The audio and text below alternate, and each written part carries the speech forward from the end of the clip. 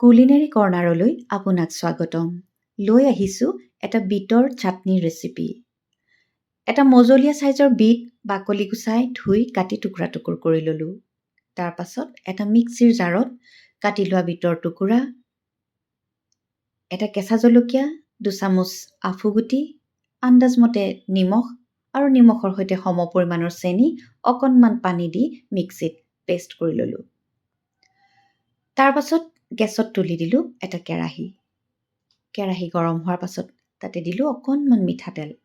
মই যদিও বা মিঠাতেল দিছোঁ, আপোনালোকে ব্যৱহাৰ কৰা যিকোনো খোৱা তেল দিব পাৰে। তাৰ পাছত তেল গৰম হৈ অহাৰ লগে লগে তাতে দিলোঁ এটা ভাঙি লোৱা শুকান জলকীয়া, লগতে দিলোঁ আধা চামুচ কালজিৰা। তাৰ পাছত তাতে যোগ দিলোঁ থেতেলিয়াই লোৱা এচামুচ নহৰু।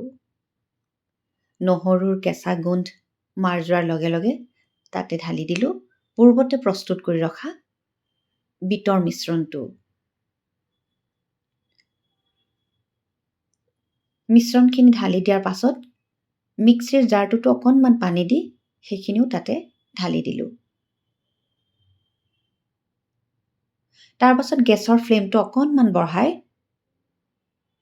একেৰাহে লৰাই যেতিয়া মিশ্ৰণটো ঘন হৈ আহিব, পানী শুকাই আহিব আৰু কেৰাহীৰ পৰা মিশ্ৰণটো এৰাই আহিব, তেতিয়াই জানিব লাগিব আমাৰ চাটনি প্ৰস্তুত হৈ গ'ল।